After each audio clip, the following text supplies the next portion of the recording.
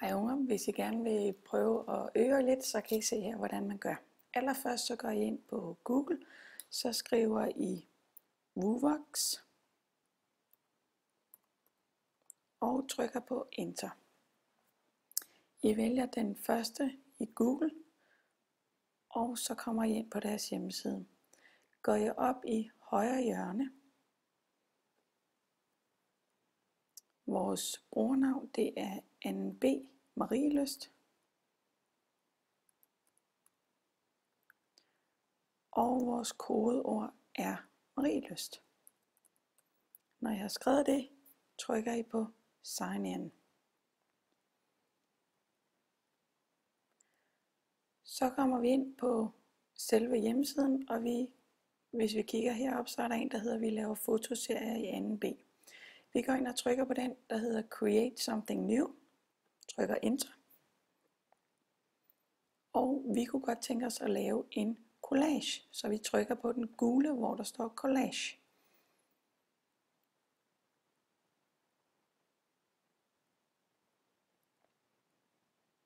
Så kigger vi oppe, der er et plus, hvor der står Create a New Collage, og vi trykker Enter.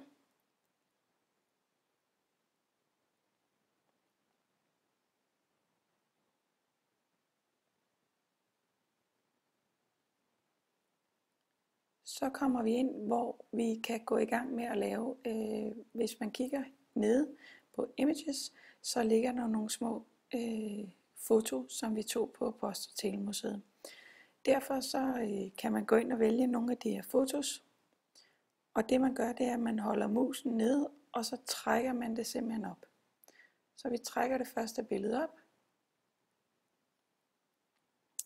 og så går vi ned og vælger et nyt billede, som vi igen trækker op ved siden af det andet. Vi vil gå ned og vælge et nyt billede, trækker det op igen og giver slip.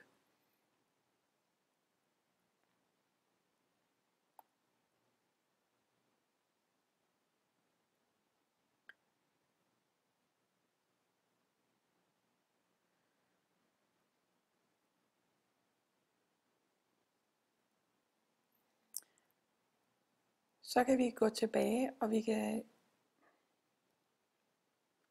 vi kan få lov at kigge på nogle af de foto, vi har sat ind, ved at køre frem og tilbage på den her.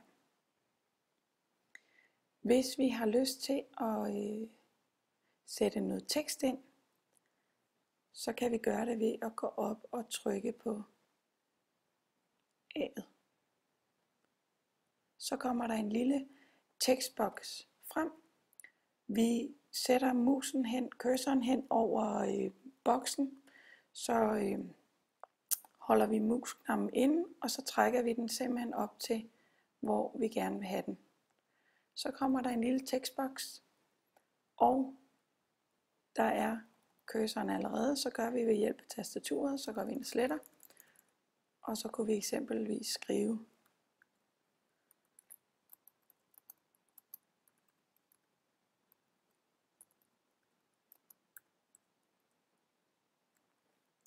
Hvis vi gerne vil gå ind og gøre den tekst større, så går vi ind og markerer det. Så kan vi gå ind og vælge, vi kunne godt tænke os, at det stod med en flot turkis. Så kunne vi godt tænke os, at det måske var lidt større skrift. Så går vi herind og kigger på skriftstørrelsen.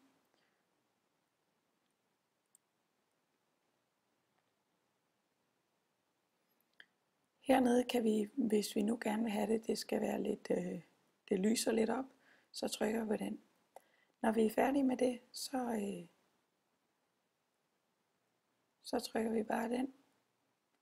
Trykker vi musen væk, og hvis vi går helt op, så kan vi få lov at sige preview, hvilket betyder, at vi får lov at se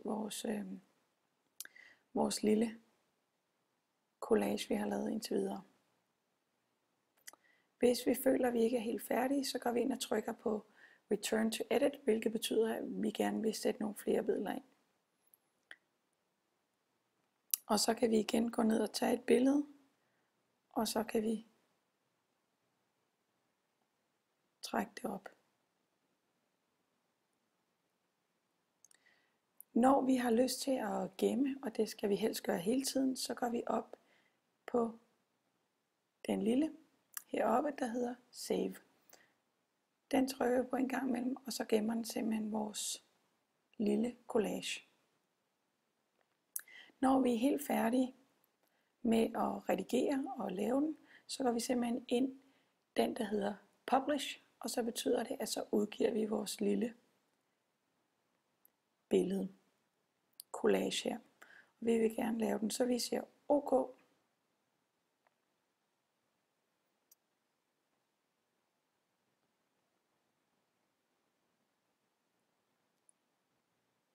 Så ligger vores lille billedfil, den ligger simpelthen her. Og vi kan få lov at se den. Hvis vi igen finder ud af, at der mangler nogle ting, så kan vi igen gå ind og skrive edit, og så kan vi lave nogle flere ting. Men god fornøjelse.